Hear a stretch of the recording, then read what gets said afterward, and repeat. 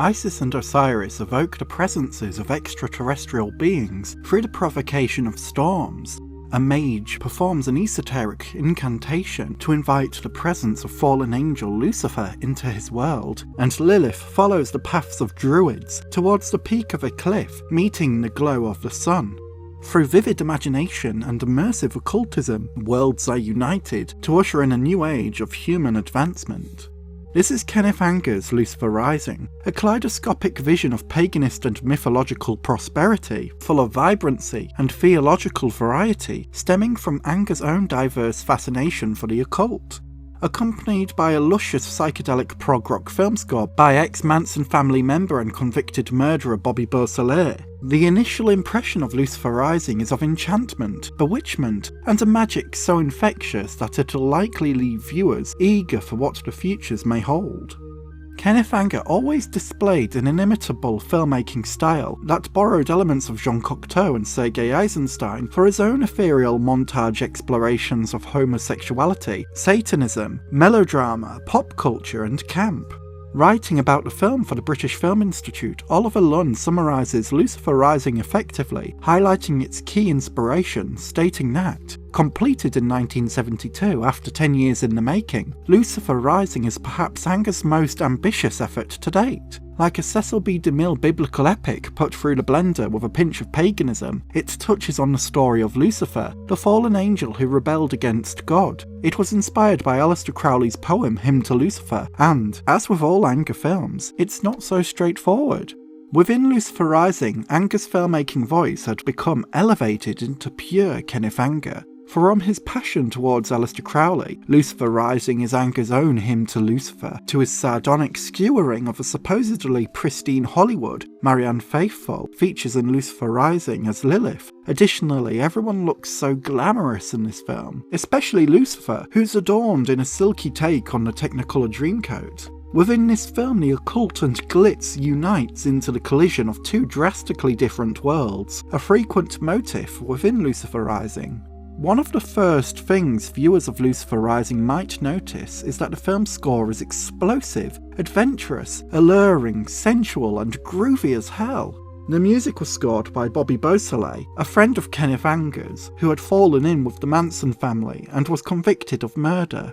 The miniature prog rock epic was recorded in prison, which Kenneth Anger himself described the process of in an interview with The Guardian years before his death. I took a tape recorder in to Bobby in prison. He rounded up 12 other murderers who used to be musicians. There's a lot of musicians in prison who got mixed up with selling drugs, but I mean they still could play music. So I recorded Bobby playing with the old killer orchestra.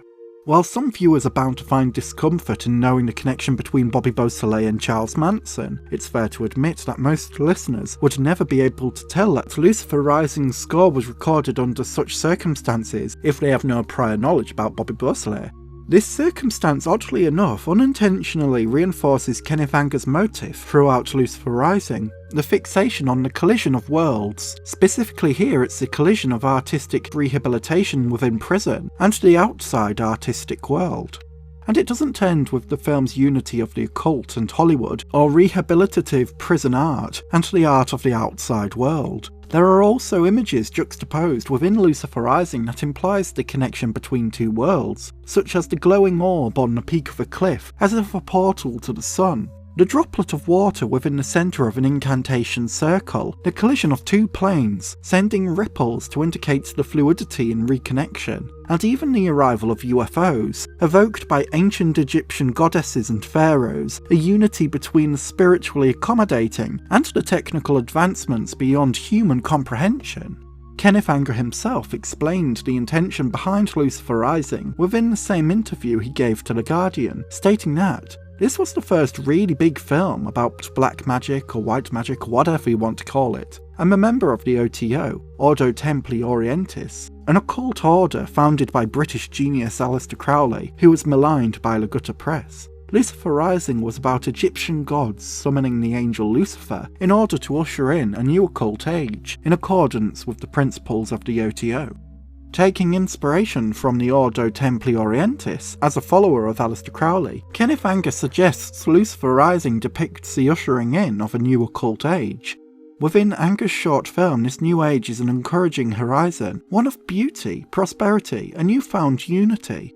Through its depiction of the collision of worlds, Lucifer Rising visually conveys the theological, spiritual, and visceral necessity for ushering in a new age of human and spiritual advancement. As the music swells and climaxes, and as spirits welcome the wisdom of distant civilizations, it's difficult not to perceive this resolution as a hopeful one. In conclusion, Kenneth Anger's Lucifer Rising utilises the characteristics that makes a Kenneth Anger film his own, exuding vivid imagery, luscious music, and a coalescence of homoeroticism, occultism, and traces of pop culture. Shutting the rifts between mythology and technology, magic and nature, Kenneth Anger's Lucifer Rising will likely leave viewers mystified, bewildered, and yet hopeful for the approaching wonders of a blissful future. A special thank you to my incredible tier Patreon supporter Gil and Jared Spears of Concessions, as well as my super tier Patreon supporter Spoldzilla.